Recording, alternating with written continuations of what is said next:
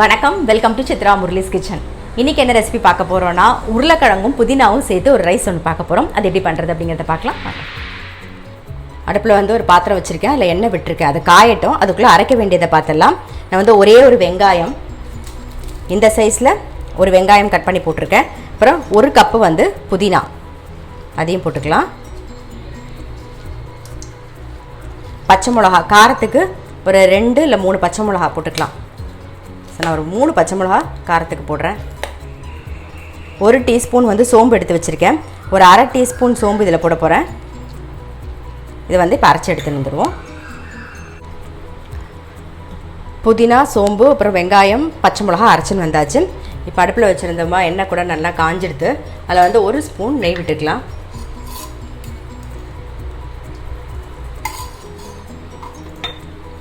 சோம்பு, ஒரு 2 கிராம்பு, ஒரு பட்டை, ஒரு பிரிஞ்சி எல்லாம் போட போகிறேன். நம்ம மிச்சம் வச்சுருந்தோம் இல்லையா, அரை டீஸ்பூன் சோம்பு, அதை இதில் போட்டுடலாம். ஒரே ஒரு வெங்காயம், இஞ்சி பூண்டு பேஸ்ட் 1 டீஸ்பூன்,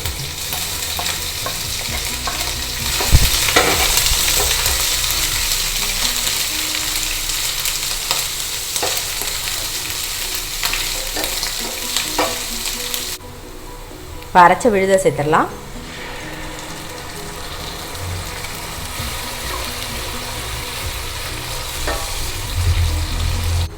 இப்போ ஒரு தக்காளி சேர்த்துக்கலாம். சேர்த்துட்டு கொஞ்சம் மஞ்சள் பொடியும் சேர்த்துருவோம். மஞ்சள் பொடி கொஞ்சம், அப்புறம் உப்பு, தேவையான உப்பு, சாதத்துக்கு தேவையான உப்பை இப்போவே சேர்த்துக்கலாம். கொஞ்சம் நேரம் வதங்கட்டும். தயிர் ஒரு 2 டேபிள் ஸ்பூன் தயிர் விட்டுக்கலாம்.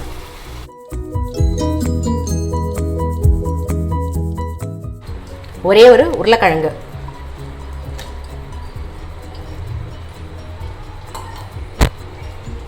கொஞ்சோண்டு புதினா இலை,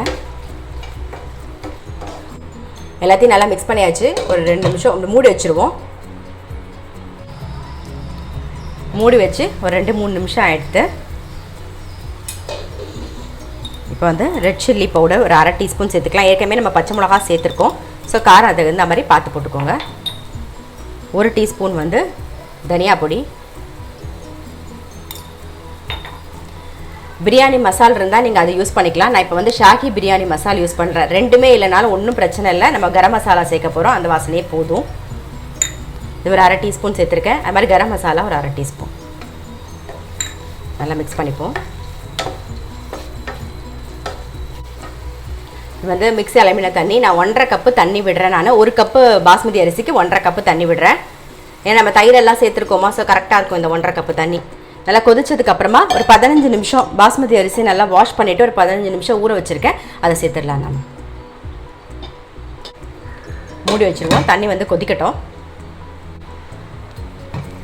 பாருங்க, நல்லா கொதிச்செடுத்து இப்போ ஊற வச்ச பாஸ்மதி அரிசியை சேர்த்துடலாம்.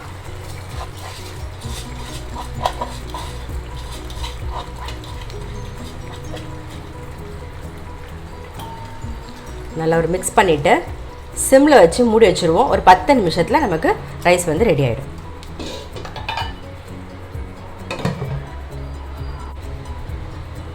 பத்து நிமிஷம் ஆகிடுது. பாருங்கள், நல்லா வெந்திருக்கு. நம்மளுடைய பொட்டேட்டோ புதினா ரைஸ் ரெடி ஆகிடுது. ஸோ 1 ஸ்பூன் அப்படியே மேலாக நெய் விட்டுருவோம். அவ்வளோதான், மூடி வச்சிடலாம். ஒரு 5 நிமிஷம் கழித்து எடுத்து பாருங்கள், இன்னும் பல பலன்னு நல்லாயிருக்கும்.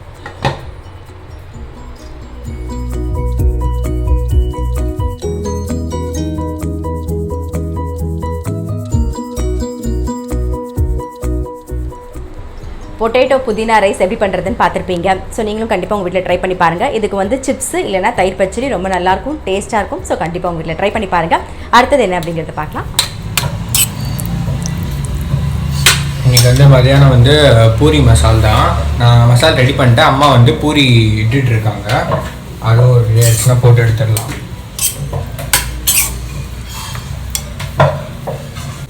முடிஞ்சு எடுத்து ரெடி ஆகிடுது. பூரி போட்டுருவாங்க. நம்ம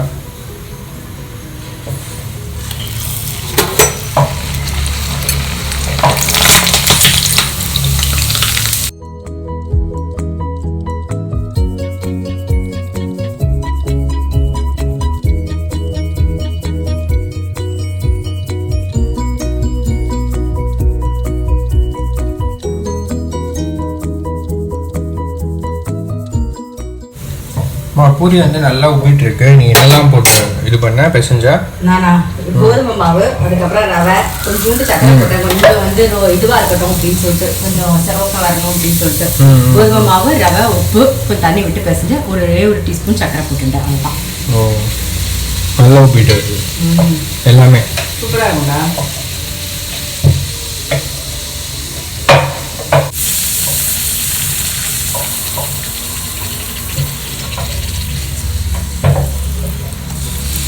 பூரி மாவு கூட இல்லடா, மூட போடுறது இப்போ செய்ய வேண்டாம்.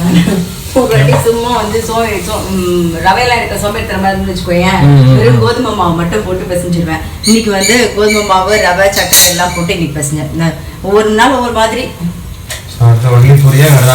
நெக்ஸ்ட் வந்து ரவா வெல்லம் போட்டு ரவா கேசரி. Okay okay. அதனால அது ஈவினிங் கொஞ்சம் நேரம் கேள்வி சுட சுட பூரி சாப்பிட்டதுக்கு அப்புறமா இல்லப்பா.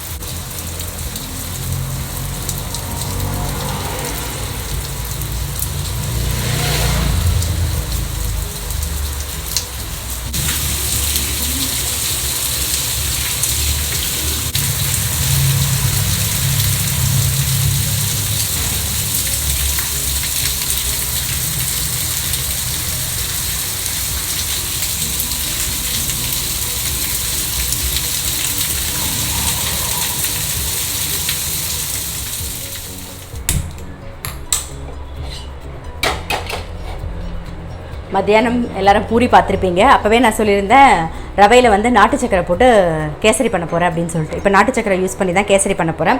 நான் யூஸ் பண்ணுற நாட்டு சக்கரை வந்து வயமோடது. இதில் வந்து நீங்கள் பார்த்தீங்கன்னா கல் மண் எதுவுமே இருக்காது. ஸோ அதனால் நான் அப்படியே தான் யூஸ் பண்ண போகிறேன். அப்படி உங்களுக்கு கல் மண் இருந்ததுன்னா நீங்கள் கொஞ்சம் வந்து கரைச்சிட்டு வடிகட்டிட்டு யூஸ் பண்ணலாம். இப்போ வந்து நெய் விட்டுக்கலாம். நாம்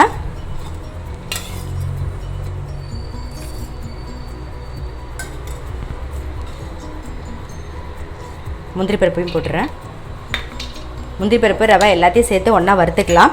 நான் வந்து இந்த கப்பில் ஒரு கப்பு ரவை எடுத்திருக்கேன். அதுக்கு வந்து 2 கப்பு நாட்டு சக்கரை எடுத்திருக்கேன். நெய்யில் வந்து முந்திரி பருப்பையும் ரவையும் நல்லா வறுத்துட்டோம். நான் வந்து 1 கப்பு ரவை எடுத்துட்டுருக்கேன். அதுக்கு வந்து 2.5 கப்பு தண்ணி விட போகிறேன். நான் வந்து இப்போ ஹாட் வாட்டர், எப்பயுமே வந்து ஹாட் வாட்டரே விடுங்க நீங்கள். 2.5 கப்பு நல்ல வெந்நீர் விடுறேன்.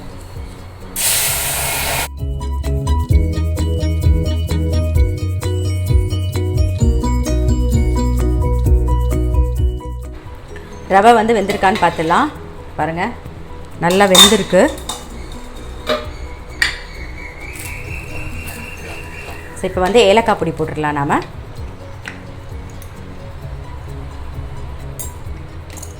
இப்போ நாட்டு சக்கரை இருந்தாலும் சரி, 1 கப்பு ரவைக்கு வந்து நாட்டு சக்கரை இருந்தாலும் 2 கப்பு தான். வெல்லம் நீங்கள் எடுத்துட்டாலும் 2 கப்பு வெல்லம் தான் எடுத்துக்கணும். ஸோ இப்போ வந்து நாட்டு சக்கரையை சேர்த்துடலாம்.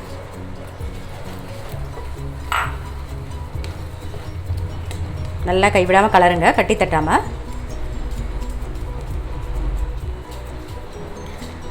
கருப்பட்டியும் யூஸ் பண்ணலாம். கருப்பட்டி எடுத்துட்டாலும் இதே அளவு தான். வெல்லம், நாட்டு சக்கரை, கருப்பட்டி எது எடுத்துட்டாலும் 1 கப்பு ரவைக்கு 2 கப்பு கரெக்டாக இருக்கும். பாருங்கள், நல்லா கலரே சூப்பராக இருக்குது பார்க்குறதுக்கு.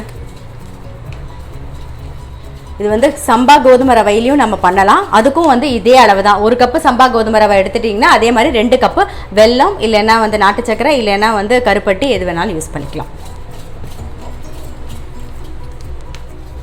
வந்து லாஸ்ட்டாக ஒரு ஸ்பூன் நெய் விட்டு மிக்ஸ் பண்ணிவிட்டு இறக்கிடலாம். நம்மளுடைய நாட்டு சக்கரை போட்ட ரவா கேசரி வந்து ரெடி ஆகிடுது.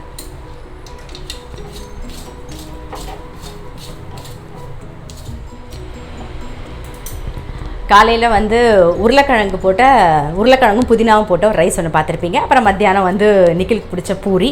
அப்புறம் இப்போ வந்து நாட்டு சக்கரை போட்ட ரவா கேசரி பார்த்துருப்பீங்க. கண்டிப்பாக நீங்களும் உங்கள் வீட்டில் ட்ரை பண்ணி பாருங்கள். நான் அடுத்த வ்ளாகில் சந்திக்கிறேன்.